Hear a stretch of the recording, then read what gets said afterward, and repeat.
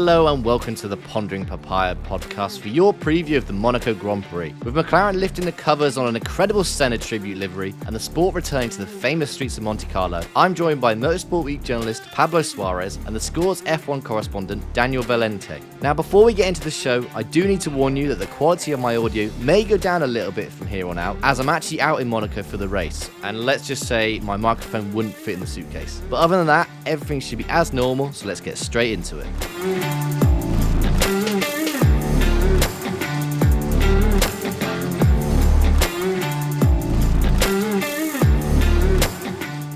So I've got the guys joining me here as promised. First of all, huge thanks to both of you for making the time. How are we doing today, Daniel? I'll start with you. How are you today?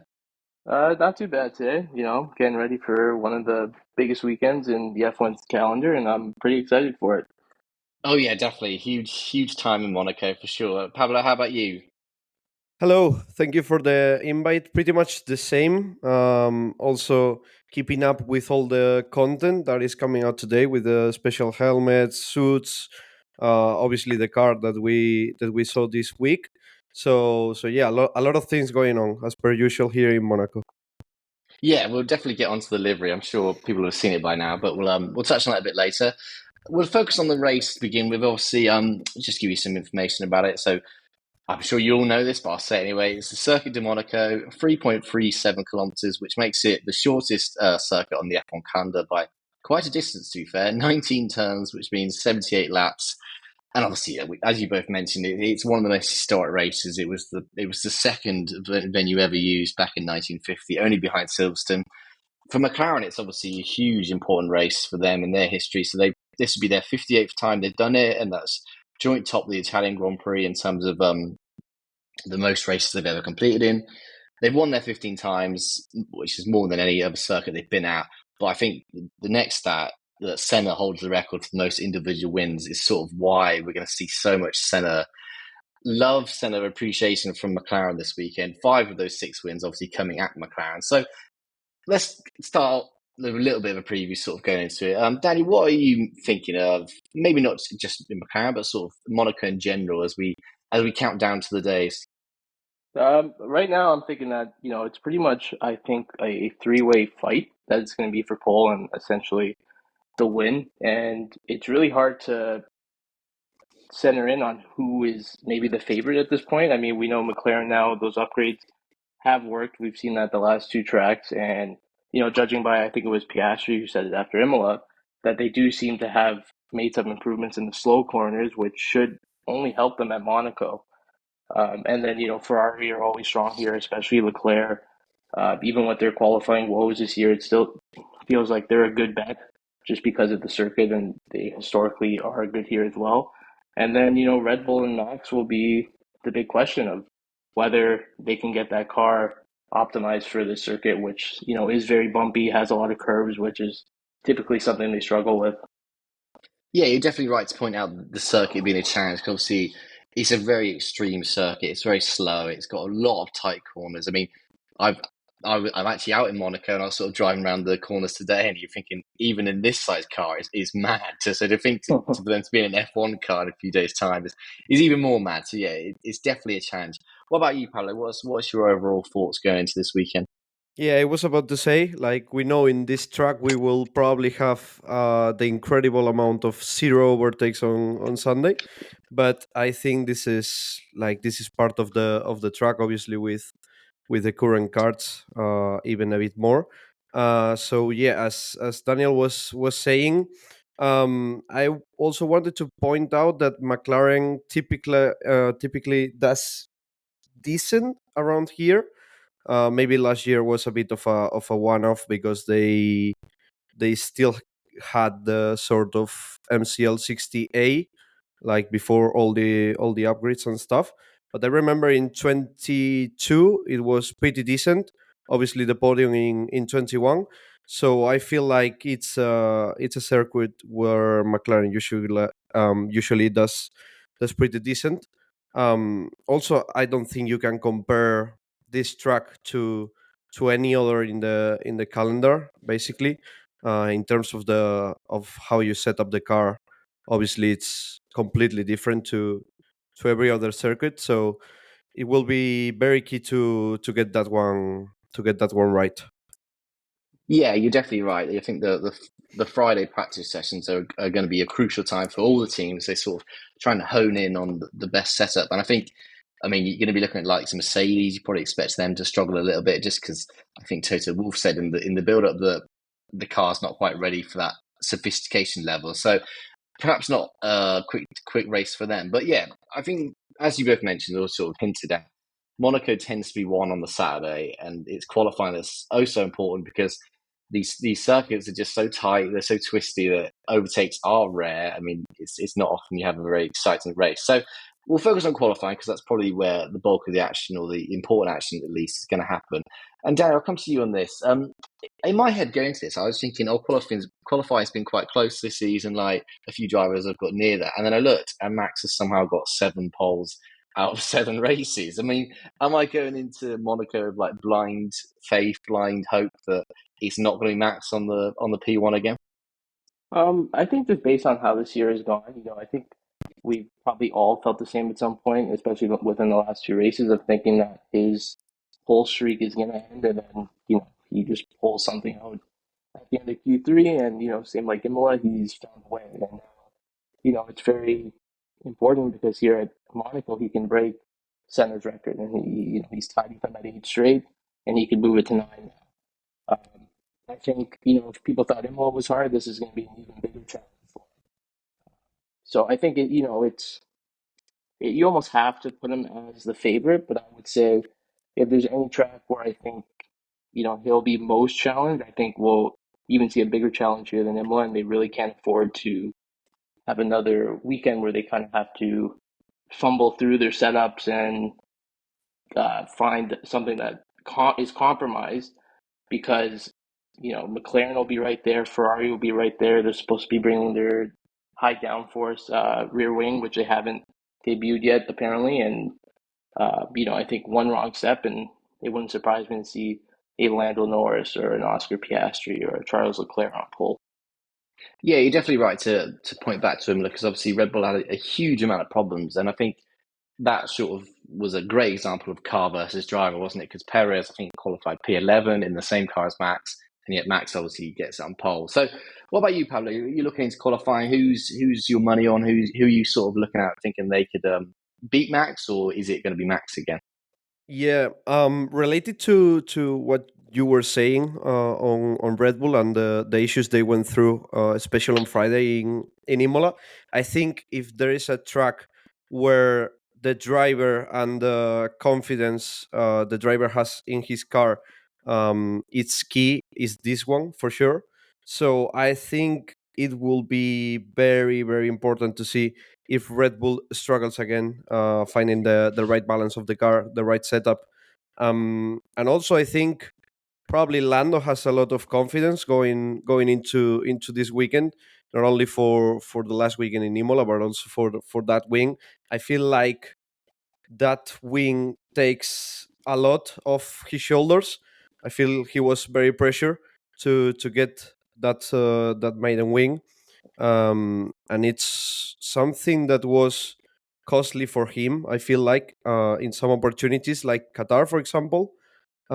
So with that now sorted, I feel like Lando is in a very good place in terms of confidence in his driving and also in his car, obviously. So I'm going to assume it's going to be a tight battle. I want to believe it's going to be a tight battle between Ferrari, McLaren, and Red Bull, as we are seeing recently. But I also I have to say I think Lando is at his best currently in terms of race trim, especially. He's been super impressive, but I still want to see that bit during qualifying that maybe can make the difference, and this could be the perfect opportunity to do so. And that's a great point you make. Because obviously, I think he's perhaps his harshest critic often in qualifying, where he sort of knows he's left a little bit out there. Probably the anti Charles Leclerc in that sense. I think a lot of people would say that Charles Leclerc's best day tends to be Saturdays and lets himself down a little bit on Sunday.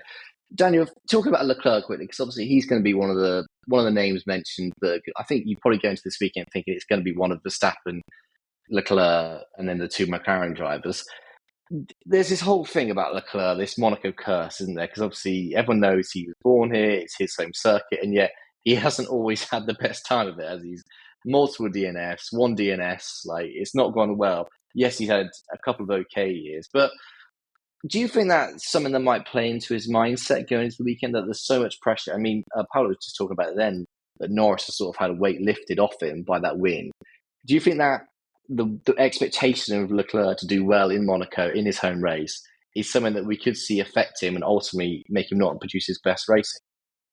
Um, I mean, I know for a fact if it was me in his shoes, it would definitely affect me. As for Leclerc himself, I think, as much as, he'll come out and say, like, no, it's on my mind, I'm just focused on qualifying and stuff like that. It definitely, like, does play a part. This is, like your home race. This is the track you literally, not even the track, the city, the same roads he drove on, he's now driving an F1 car over. And so I think it will play a part. I mean, or you can look at it from the reverse end of, he's just been through so much bad luck and just unfortunate events in Monaco that it almost he becomes numb to it, and maybe it just doesn't affect him at all in that sense. But I think Leclerc is the kind of guy where even especially on Saturdays, like we were saying, where we feel he's the strongest, where it'll only maybe motivate him to even go harder. So yeah. Yeah, definitely. Like, I think you're right. He's still got that point to prove, and I think that'll be something very interesting. Pal, I want to ask you a slightly different question. I mean, Monaco, it's like the ultimate you either love it or you hate it circuit, isn't it? You'll find people who absolutely adore it and says it definitely deserves a place. And I think walking around the town, the city today, like you really got a sense of the buzz about the place and sort of everyone wanting to be there. But there does come a lot of criticism with it. Obviously, this race first came into F1 in 1950. The cars have got bigger and bigger and bigger since then, heavier as well. So, like you've both mentioned, it's almost impossible to overtake on Sunday. It's very rare you get a lot of overtakes in a race that aren't involved by a safety car or by pit stop strategies or whatever it is. But what about you? What's your opinion? Do you think that Monaco should always stay on the F1 calendar? I mean, it's not a circuit they can make too many changes to, obviously. So, what do you think about the future of it?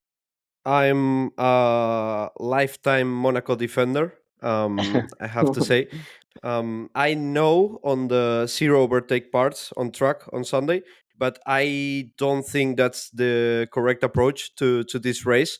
Of course, it's a completely different event to everything we have in the calendar. I think that's basically what makes it unique. I can see an F1 calendar without Monaco. It wouldn't make any sense to me. But like for me, the right approach, besides the great atmosphere that you can see around the Grand Prix, everything going on in the build up to the weekend. The Saturday qualifying, it's so special. Like probably for me at least, the qualifying in Monaco, it's better than maybe half of the races in the calendar or in the season. Yeah, and I think we all remember it last year where Max produced that incredible sector three, didn't he, to sort of Pip Alonso? Yep. And you're right to point that out that Piastri said this afternoon, in fact, that he thinks the qualifying session for Monaco is the best session of all the season. So that's a huge endorsement from him. What about you, Daniel? What's your opinion of Monaco as an event? Uh, I think I'm also on the same side of just, a lifelong Monaco defender. I think it needs to be on the calendar. Uh, just the Saturday alone, like Pablo said, like it's better than almost 50% of races. And I almost feel like, if F1 were to ever debate this, they need to look at this as it's maybe not so much a Monaco problem, but, like a formula problem where just these cars just aren't built for this circuit, but it's not just Monaco anymore where you see that happening. Where, even Imola for like 75% of the race, we were just watching nothing because of the dirty air and the size of the cars. Like overtaking was just really hard. But like, there's no doubt that this circuit is the crown jewel of the calendar, and even going back to last year's qualifying, or the year before, where Leclerc was in the midst of like what would have been like a crazy lap and before the red flag come out, there seems to always be one oh my god moment every qualifying in Monaco, and I just think for that alone, it deserves a place on on the calendar. It has its own like unique characteristic that you won't find anywhere else. So I am always been in favor of leaving it all on the calendar, and I think ultimately, if F1 ever did come to the day where they want to get rid of it, they should at least in some form. I mean, I've like debated on this stuff for a while. I don't even know if it truly makes sense. But something like an all-star event, turn it into an all-star event where, we put all the drivers in like carts, like similar spec cars or carts and have them go around and just do one lap, like one lap shootouts or something. But Hmm. this is a race that we just can't lose. Yeah, I fully agree with both of you. I've always been Team Monaco in that debate, so I'm glad we're on the same page with that one. Now, just before we get to the Senna livery, friend of the show, Matt Amies, was actually invited down to the MTC to have a sneak peek of the car, and here's what he had to say about the livery. Hello, Sam. Yes, welcome back in time. This is the week before the Monaco Grand Prix. I'm actually here in the car park of the McLaren Technology Centre in Woking. Basically, they had a few people from the press here, including myself and some other content creators, to talk about it. And it's been embargoed until race week, which is when I think this podcast will be coming out. So it's just been revealed to me the actual livery design. And so I think first off, straight off the bat, I think many fans were probably going to be expecting the white and red Marlborough sort of livery. I think the reason, though, they haven't gone for this, and it does make complete sense, is because although that was very iconic to Senna, it's not iconic just to McLaren, if that makes sense. So many other great drivers have had success with McLaren with that white and red livery, but also there's other teams out there who have also had a similar white and red livery as well. So it isn't really unique to them, but they wanted to make it unique to Senna. And I think by going down his colours, doing a full livery takeover was a really, really good approach to do. I think as well, it's not similar to the current McLaren livery. And I think having a full new redesign is quite nice. I think it'd be interesting as well. We haven't had a yellow livery car for a few years. Obviously, the last time we've had that was with Renault, back when the team was still called Renault. But it's actually a really, really nice design. They are doing also customized helmets, as well as also driver suits. I didn't see the driver suits today, but I'm a big, big fan of this. I'm glad it is a full takeover rather than a partial sort of takeover, a little bit like what we saw with Chrome last year at Silverstone, where I think many fans were wanting to be a full silver car, but through various different regulations and such that couldn't happen, unfortunately. But I'm glad now they've gone with this. It's also a fully gloss vinyl as well, which I wasn't expecting. I thought it was going to be a matte finish, but I wanted to go back to that kind of historic look as well, so having a gloss finish on it will look very, very nice under the sun. There's also some really nice little touches as well. There's a quote from Senna on the inside of the headrest either side. There is also the old school McLaren logo on the front wing. I'm a huge fan of this. I really think McLaren should actually bring this back full time for their racing teams. It looks so good. When you see it, it's their heritage through and through. I really like it. But I am a huge fan of this. And now back to Sam in the studio. McLaren have gone big for Monaco. I think everyone's probably seen it now, but they released a special livery on Tuesday, which I think took a lot of people by surprise. I think a lot of people were probably expecting that classic white and red look, but instead they've essentially designed it off Senna's helmet. So it's yellow, greens, blues, obviously very Brazil. Paolo, what are your thoughts on the livery? Are you a fan, I presume? I was surprised as well because, as you mentioned, I was kind of expecting a tribute to the MP4, but also I got played out by the merch line because it was basically based on that livery. So I was saying like, yeah, this is Hmm. done. It's going to be like this, and then it's something completely different. I have to say I like it. It's something that like the livery on the first impression it was like, okay, it's cool. I wasn't expecting this, but it's cool. But it's growing on me as more I see it. And also on the like there is a lot of people that had a bit of a letdown for not having that iconic red and white livery. I think it would be great, and I hope they do it at some point in the future. But I saw a video that that feature personnel from the team at the MTC, and then they gave a pretty fair explanation, actually, saying that the MP4 and that livery, it's not only Senna, it's also for more iconic McLaren drivers like Prost, for example. And the only thing that the drivers chooses are not the liveries but the helmets. So that's why they decided to create the livery based on the helmet. So I think that's pretty fair, actually. Like it makes a lot of sense. Yeah, I think that's a great point to pick up on. Definitely, that's sort of what they've been explaining is that yes, the red and white livery is iconic, but it's more iconic to McLaren at that era. Like you said, Prost was driving for them; they had some incredible drivers driving that in that livery, in that style car, and obviously Senna is quite unique. So I think I'm a huge fan of it. What about you, Daniel? What did you make of it?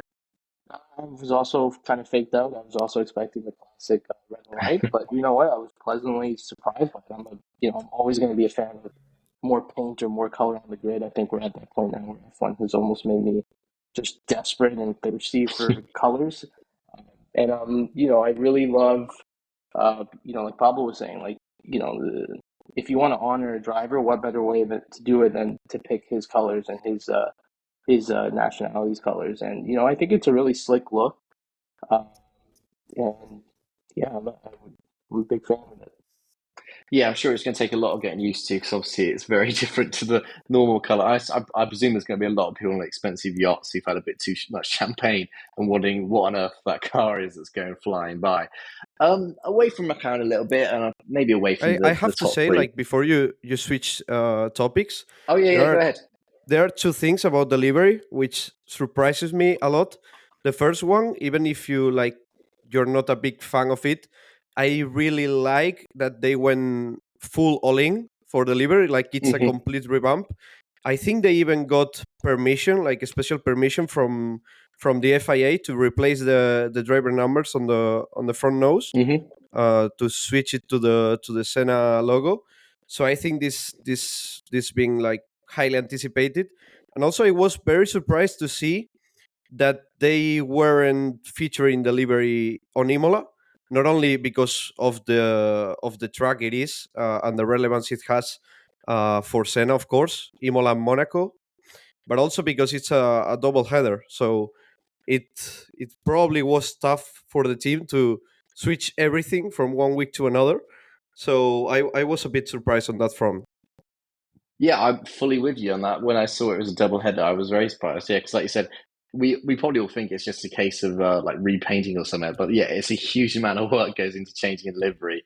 I think that's a great point you make. So yeah, we look forward to seeing that on Friday when the cars come out of the garage for the first time. We'll move on a little bit to some other teams, perhaps just sort of round out today. I want to talk a little bit about Mercedes. I mentioned them a bit earlier on. I think it's not been a great season, has it? I mean, it's not been a great couple of seasons for them so far. But I think going into this race, especially after what Toto Wolff said in Imola, where he admitted that even he doesn't have a good idea if they're going to be good or bad, just because their car is so unpredictable at the moment that it's almost impossible for them to tell, let alone us. But Daniel, I'm going to ask you a very hard question, having just said that. Of is it going to be a good weekend or is it going to be an absolute nightmare weekend from Mercedes? When it comes to Mercedes, especially in this ground effect there, I feel like I can just flip a coin, and if it's heads, Yeah. it'll be a good weekend. If it's tails, it'll be a bad weekend. It really feels like I, I honestly have felt like I've gone deja vu on how many times I feel like I've read the same headlines about Mercedes. Where it's like, oh, we think we figured it out, and then 2 weeks it's like we have no idea what's going on. Uh, I think just because it's not a traditional and it's a very unique circuit. I think there's a possibility that this could be a good weekend for them, especially just it's a heavy braking circuit, which I believe does kind of play into their advantage. I don't want to say anything crazy that they're going to be like podium contenders, but I think they'll walk away from this weekend with a respectful result. And I always think of like last year, for example, like Alpine wasn't as bad as they are this year, for example, but they kind of shocked and came out of nowhere last year. And if Mercedes ends up being that team this year, I wouldn't be surprised either. Yeah, you're definitely right. I mean, like you said, we were all surprised by Esteban Ocon's podium last year. Yeah, it's definitely one to keep an eye out for. What about you, Pablo? Is there any team away from McLaren you sort of keep an eye on that think you may do here? Like, I'll give you some of the runners and riders. Really, like, there's a lot of talk about RB. Obviously, sort of Yuki's doing quite well. Ricardo not so well. I mean, Williams is yet to get off the mark. Stakey yet to get off the mark. Like, could you see any of them springing a surprise this weekend? I mean, last year the main contender was Aston Martin, which of course is surprising, seeing their situation right now, their current situation. Regarding Mercedes, I don't think this is the best track for them, but not like in the current regulations, but also in the past. I remember 2021 was a very very bad week for Hamilton. He was basically nowhere. Bottas was quite strong that weekend. Remember the permanent pit stop in 2021 and stuff. But if it wasn't for that, which of course wasn't on his control, he would have stood on the podium. So I think this is not the best weekend for Mercedes, and especially for Lewis. And regarding maybe the outsiders besides the top three teams, I don't expect much from, of course, Aston Martin. I think they are very lost regarding their like understanding how their package works, and also the upgrades weren't great last week at Imola, of course. So if I have to pick an outsider, it would be probably RB. I think it's the ones on the upwards trajectory. So yeah, I would bet my money on them. Yeah, that's a good shout. I think you're right on that. I think they could definitely be in contention of those lower points paying spots. And like you mentioned, a great point about Aston Martin as well. They seem like another team that just cannot get their car to work as they want, and I think they share that with Mercedes. Let's round out with some predictions then. As well as the top three, Daniel, I'm going to ask you who you think who gets pole, and then the top three. Okay. Before I get to that, though, I just wanted to add to one more point about RB, and it just made me think of something where it's going back to what Pablo said like way earlier about how Monaco is a circuit where confidence in the driver is really highlighted here. I think it'll be very interesting to watch the differences between Yuki Tsunoda and Daniel Ricciardo, especially considering this has been a circuit where Ricciardo has struggled at the last couple of years he's been on the grid. So I think that'll be another thing I'll definitely be keeping an eye on here at Monaco. Um, but now moving on to predictions. As for pole, I think I'm going to give it. Uh, I lean Lando, and then I can see Leclerc being there, and I really don't think this is going to be a memorable weekend for Red Bull. So I can see Max being on the second row, whether that's third or fourth, but I'm thinking the front row is going to be Lando and Leclerc. I'll give it to Lando right now, but it wouldn't surprise me if it's reversed either. Yeah, I mean, I think we'd be all very happy if Max was a little bit further down. I mean, it's quite obvious in Monaco, but do you think the top three stays the same if it's like that, or do you think we might have some shocks up there? Well, considering that there doesn't seem to be any rain on the schedule for Sunday, unfortunately this year, which usually spices it up, and we've kind of gotten spoiled the last 2 years to some rain. I would predict that the top three would stay the same unless something unpredictable happens, like we get another Bottas pit stop. Yeah, I think every Mercedes wheel gun guy is going to be very nervous as their drivers come in. Like, yeah, I think it took like a day for them to get that nut off eventually. So the Maybe slowest bits.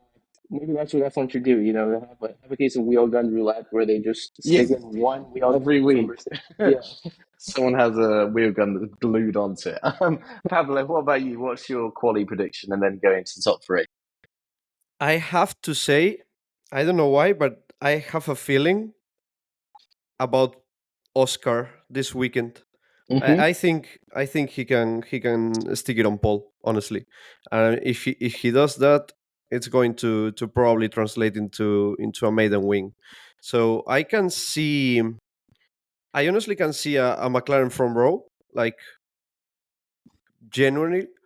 Leclerc is going to be up there, of course, if nothing strange happens, like a typical red flag with extremely bad timing, or even him going beyond the limits and finding the wall or whatever. Otherwise, I think he will be up here probably. Like, I imagine he knows the layout perfectly and the gaps to the walls perfectly. So I would predict the McLaren boys and Leclerc in the top three, same as Daniel, and with Verstappen on the second row probably. Well, it sounds like an exciting race, and you're right. Leclerc's got no excuse for not knowing the track because he's born and raised around here. So yeah, that comes an end to our show. And obviously, don't forget it's also the Indy 500 on Sunday. So maybe if the Monaco race is a bit boring, you can switch over to Indy 500 and enjoy that. We had a preview pod that came out yesterday, so make sure you listen to that as well. But in the meantime, huge thanks to both you two again, Daniel and Pablo. Thanks for joining me. Thanks for your time, and thanks for your great insight. Thank you. Thank you for having me.